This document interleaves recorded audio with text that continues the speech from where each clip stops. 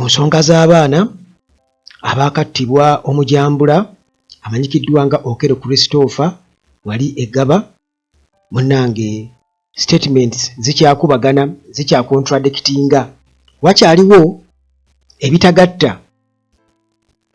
ku story ezikwata ku mwami ono Okello Christopher. Nabadde nabagambyeko nti batutegeezezza nti mu Noya district gye yasanze oba gye yafuna omusamize eyamugamba nti alina okubeera ng'asaddaaka abaana okusobola okufuna obugagga amangu. Kakati ate story endala era nga eno ne taata wa Christopher ye kennyini agirimu nti ono abadde yakava mu America era nga ate taata atugamba nti ono Christopher Okello yatta maama we step mother ng'amaze okumutta. Munnange tetumanyi butya ate gye byaggweera naye nga kigambibwa okuba nti yatta step mother we. Kakati bino nga bwe nkutegeezezza nti tebigatta yadde n'akamu nti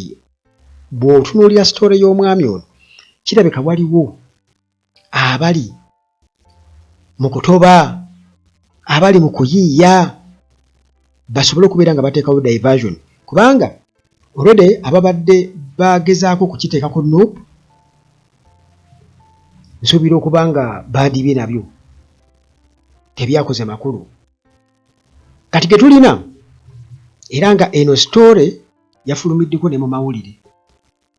ti ono Christopher Onyumu nga wa myaka 39 ku Lwokusatu kye yakola ffenna twakitegeera oluvannyuma lw'okutta abaana ku ssomero erya Gaba Early Childhood Day Care Center Makindye Division. Kakati ono kigambibwa okuba nti yafunako obutakkaanya n'aba family omuli ne taata we, naye wulira erinnya lya taata we. Taata we ye Asumani Onyumu wabula omwana gwe bagamba ye Okello Christopher Onyumu. Kitegeeza nti balina okutunnyonnyola awo taata n'omwana newankubadde kisoboka basoma eddiini y'emu oba kubanga ye Christopher Okello Onyumu ono ye Asumani Onyumu, taata ye Asumani Onyumu. Kati tukireka kubanga kisoboka, nakyo kisoboka, naye era still waliwo akabuuza twetaaga okubeera nga tunnyonnyola. Kati okusinziira ku mawulire aga New Vision agafulumye ku weekend gagamba nti Onyumu mu 2017 yakwatibwa n'asibibwa era bamusibira ku Kwania Police Station mu Lango Sub-Region oluvannyuma lw'okutta step mother we. Ono nga yali mukyala owa muzeeyi Asumani Onyumu, taata wa Christopher Onyumu omutemu. Taata alina abakazi babiri. Kakati ono Christopher Onyumu mbwe yagenda natta step mother we. Naye ebiddirira ate era byewuunyisa. Byewuunyisa weebuuza nti kati amaze okutta omuntu. 2017 wano gy'olyabalamu. Naye nga teweerabira nti aba Amora Beauty bano balina shea butter era gwe wenna ayagala okubeera nga ojjako enkanyanya oba okubeera nga oziyiza enkanyanya. Bino bye twogerako bya ddala. Bano balina shea butter ali organic omutali chemical, balina n'ebirala oils endala ze bakamula mu bintu ebyaffe eby'obutonde era nga birungi nnyo bw'obanga oyagala okubeera ng'okozesa ebintu byali mu chemical toyagala kweyirusa, oyagala kutambulira ku nakyo beba Amora Beauty. Ne bw'oba oli wabweru wa ggwanga basobola bikutuusaako naye gwe ky'obamanya nti oba oyagala shea butter bamulina mu bungi bwonna bwe bwali wadde bwetaaga. Ate nga Maintenance Palace tubamanyi ku sola bano teri abasinga kubeera na sola gwe olina sente mmeka oyagala kuteekako bintu byenkana ki buzito bwenkana ki kubira aba maintenance palace balina ebyamazzi n'ebyamasannyalaze ne ttiimu ezaba kugesobola okubeera nga zibinstallinga ate bwe twogera ku Hillside View Apartments zino apartments zisangibwa ku Entebbe Road bw'otuuka e Namulanda ekitende oba ekajjansi awo we bali amakubo agakutuusa ejjanyu ku kyaki gwe kasoobera ekitende ekajjansi oba e Namulanda buuza nti ngenda jjanyu ku kyaki bw'otuuka ejjanyu ku kyaki awo Hillside View Apartments munnange oba ozituuseeko dokita waali nnyo tofa na birwadde era gwe munnange alina prostate alina endwadde z'omutima alina pressure sukaali alina ebizibu endwadde z'abakyala munnange dokita waali yita ku namba yange esembyayo 73 ku WhatsApp nsobola okuwa enamba ya dokita bw'obwanga eriko eya 1015 eya MTN WhatsApp sooka ogyesonyiwe wabula jangu eno kwesembyayo 73 bw'oyagala WhatsApp wabula okukuba eya MTN osobola ogikubako okuba live call kakati munnange okusinziira nga bwe kugiye ku mawulire aga Weekend Vision era nga bano batugamba tekimanyikiddwa tukimanyi nti ono gwe twogerako Okero Onyum Christopher amaze okubeera nga atta step mother we maama we era nga taata we nga muka taata we Asumani Onyum kakati tewaliwo clear records ziraga butya oba circumstances kwe baamuteera naye nga baamuta yatta step mother we 2017 naye n'amaliriza nga ali bweru ye tewaliwo biraga lwaki baamuta kati olwo n'ava mu Uganda Christopher n'agenda okweyunga ku baganda be mu Northern Virginia USA n'alinnya ennyonyi n'agenda eyo n'afuna omulimu ogw'okulabirira abakadde gye bakumira abakadde n'afunayo omulimu era n'afuna kasente kati 2017 nti mu kunoonyereza okwakolebwa mu incident eri eyaliwo Ekwaniya mwe yattira step mother we kigambibwa okuba nti baamukebera mbu omutwe ne bakizuula nti omutwe guliko ekizibu era nti ekizibu ekyo nga kiva ku sickle cells ku mbeera ya sickle cells mbu mulwadde wa sickle cells kakati sickle cells zaamuleeterwa obuulyawo okutabuka omutwe okusinziira ku preliminary police investigations that is 2017 bwe batugamba mu Kwaniya district mbu yensonga lwaki kigambibwa okuba mu ŋŋambo nti yensonga lwaki baamuta mbu baanoonyereza nekitegeerekeka kiraka baateekamu akasente abooluganda kubanga kirabika ndowooza beekuŋŋaanyamu omuntu waabwe ne bakola ki ne bamuta kaakati nga bwe nakutegeezezza nti bwe tuwuliriza emboozi eno gwe naawe njagala owulirire ebintu bino babigatta kubanga nga yakava okutta abaana bano amannya gaabwe kanga teeketeeke wano nabadde nga funye abaana abaafudde naye poliisi yayanguwa ebitongole byonna ebikuumaddembe byayanguwa inspector general of police n'ajja bonna ne bajja ne baggwayo ne muhoozi n'akola ki n'akomentingirawo ekintu ekyaleese okubuusabuusa mu bantu agamba nti ebintu byonna na poliisi byesitukiramu eba order from above wate kuba waliwo kwegamba okuba nti order eragidde nti kati bonna balina okubeera nga basitukiramu kakati nga bwe nkutegeezezza nti mu kunoonyereza already twategeezedda mu ngeri gye baamutaasizaamu tukitegeerako nti ono ne mbagamba nti biyinza okuggwera mu butavufu bw'omutwe biyinza okuggwera mu butavufu bwaki bw'omutwe kaakati munnange mbu ono nga tumaze okubeera nga tunoonyereza tukitegedde yali mutabufu wa mutwe mbu bwe batugamba era nga okusinziira ku kunoonyereza kati okuliwo essaawa eno bano abakola okunoonyereza nga bamaze okutta abaana bagamba nti ekyo tebaagala kukyesigamako ekyokuba nti mutabufu wa mutwe ekyokutta abaana eggaba mbu Christopher Onyoma okuga nti mutabufu wa mutwe nedda kale kubanga nawali tetulinawo bukakafu naye nga mu ŋŋambo mbu baamuteerako kubeera nti yali mutabufu wa mutwe 2017 nga amaze okutta step mother we kakati nti ono baamulaba Christopher Onyoma eggaba mu nnaku eziyise emabega ng'atera okujjawo ku nearby internet cafe awo ng'atera okujjawo mu Gaba Trading Center awo emirundi egiwererako ddala nga tannaba kubeera ng'atuukiza pulaani ye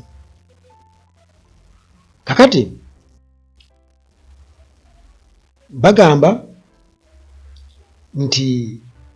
n'engeri gye yapulaaningamu oba ngeri gye yakikolamu kitegeeza nti kino kyali premeditated yali akipulaaninze nga si kigwire bugwizi kakati ono mbu yatambuza takisi yatambulira mu takisi ng'agenda ku ssomero ku lunaku olwokuna olwennyininyini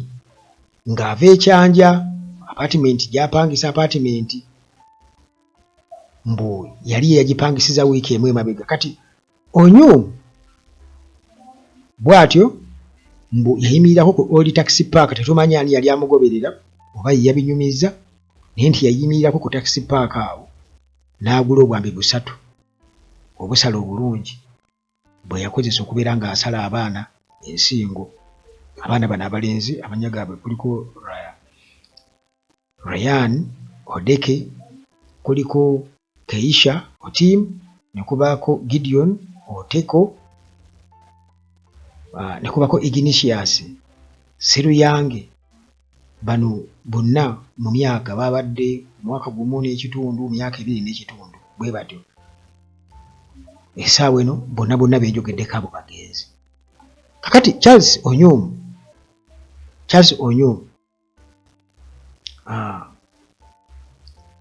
ono bagamba yasoose $18,000 nga kitundu ku ssente ze ku mwana gwe yabadde agamba gwagenda okubeera ng'aleeta awo okusoma mu ssomero eryo nti era yabadde atambudde ne kufulu 2 empya ze yakozesezza okubeera nga aggala main entrance ey'essomero ne ka entrance akaliidinga ku administration block kakati munnange bino byonna mu kubiteekateeka okubeera ng'atuukiza pulaani ye byongera okukakasa nti kino tekyabadde accident tekyagudde bugwi yabadde yakipulaaninze kuba n'ekitundu ekyo nga ajjamu kakati ono kigambibwa okuba nti mu Novemba gwe tukubye emabega w'omwaka oguwedde Onyoma ono yakomawo mu Uganda naye mu kukomawo teyadisclosinga oba teyeeraga mu bantu be nti akomyewo okuva mu Amerika ne taata we teyamugamba nga taata we ye ayagala omwana we abeere eyo abeere ng'akola ne baganda b'abalala kakati bwe beegwako accidentally kugamba beetomera bwetomezi mu maka ga taata agasangibwa ebbunga amakadde kati Onyoma n'agamba taata we nti teyayagala kubeera mu Amerika yensobola ki yakomyewo e Uganda asobole okwenyigira mu kulima ku faamu yaabwe ettaka libalina Enuoya mu Nuoya district era nga bw'atyo ayagala abeere nga akolera eyo ettaka lino lisangibwa mu Acholi sub-region taata we bw'atyo teyakitwala nga nsonga n'agamba oba kyoyagala amuteeka mu motoka amuvuga amutwala Enuoya ku faamu era eyo gye yamuleka atuukize ebirooto bye ye n'akomawo ebbunga n'amuleka eyo ku faamu n'akomawo e Kampala nga wayisewo wiikisi ntono Onyumu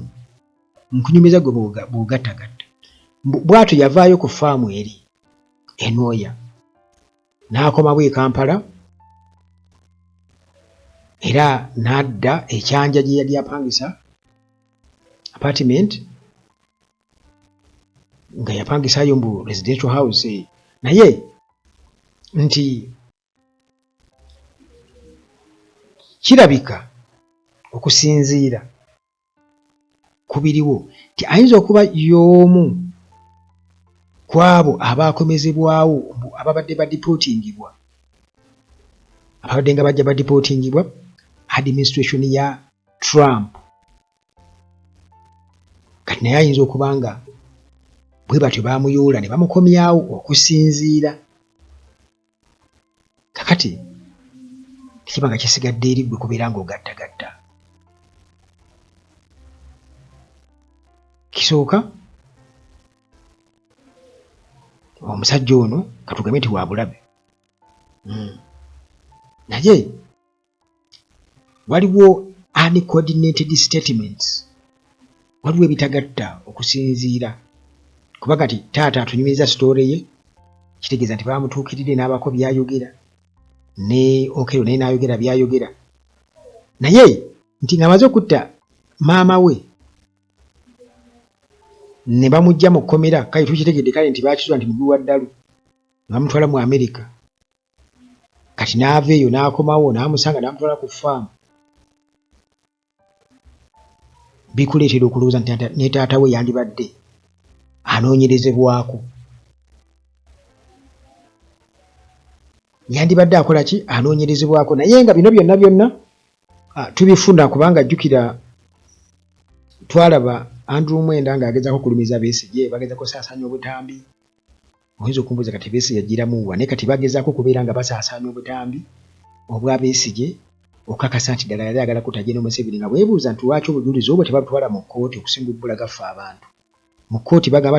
obujulizi tebunnajjula kyokka ate eno mu bantu bagezaako mutulaga bagezaako tuteekateeka emitima ne batukakasa nti Dr. Kizza Besigye ddala kituufu abantu kye baagaana okukkiriza kakati n'ebisitoole bino ojagenda okwesanga nti batadde mu mawulire ga gavumenti ne basaasaanya tusobole okubeera nga tubisoma tubitegeere era nga ka element ak'omutwe okubeera nga guliko ekizibu okawuliddemu era twakwogerako nti kayinza okuggweera omwo mujjukira mu biseera bomu wezaakuba eri ewa Digida bomu zaabwatuka era okukakkana nga bomu nnyingi zibwatuse erungala wawawa naye eyo ewa Digida balina engeri gye baali baagala okubeera nga bagiteeka ku Kyagulanyi nti abanumpu bambadde t-shirt eza people power mujjukira bulungi nnyo akaseera ako naye ndoza bagenda okulaba nga tekigatta bulungi tekijja kusobola jjukira enanga ye yali spokesperson owa poliisi ebiseera ebyo kati musajja atu yatwala obudde bungi bomu ng'agezaako okunnyonnyola naye nga tebigatta kakati na bino gwe bw'oba obiwulira munnange kugambye nti olwedde bayingizaamu eddaka element ak'omutwe okubeera nti abadde mulwadde wa mutwe yatuuka n'okutta step mother we so nga ate taata we ye Asuman ate ono ye Christopher tekigatta taata akimanyi omwana mutaafu wa mutwe amulaba akomyewo taba notifyinze simanyi nti obali yafuna ku ssimu ku bali abali eri lwaki bateebereza nti bamudipootinga bali abali mu Amerika bo bagamba ki ekyo nakyo ne kibeera awo kumutwala ku faamu n'omuleka eyo nakyo ne kibeera awo taata yaripootingako ko ye yajja ate okubeera ng'agenda mu Amerika ate olwedde nga bamaze okukakasa nti mutabufu wa mutwe yagenda kujjanjabibwa yagenda kukola ki kati ebyo byonna munnange tebikola ki tebigatta bw'obitunuulira naye nga byebyo ku mutemu waffe nze gwe nalabye nga kirabika feesi erabika tebeerangako ya Bookero bw'omutunuulira feesi tebeerangako ya Bookero oba ng'olaba feesi ya Bookero naawe oyinza okungamba nti embuto feesi ya Bookero Alright, byonna munnange biri awo zonna verse. Waliwo akayimba ako zonna verse omukajjukira oli yakuba ennyimba zonna n'aziteeka mu luyimba lumu kayanda oliira otya mu sowaani yange dole w'omwana mamage n'amaana akuba olulala endongo ya Afrika eno olw'okundisanga emmere tayidde n'amaana akuba olulala n'ateeka nkugambye Dorotiya byonna nga oluyimba balutta zonna verse. Kakati munnange story eno zonna verse